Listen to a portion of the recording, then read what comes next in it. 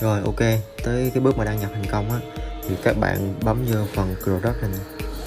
Đây, kế lúc hôm á nha, thì nó sẽ có là tới trang email.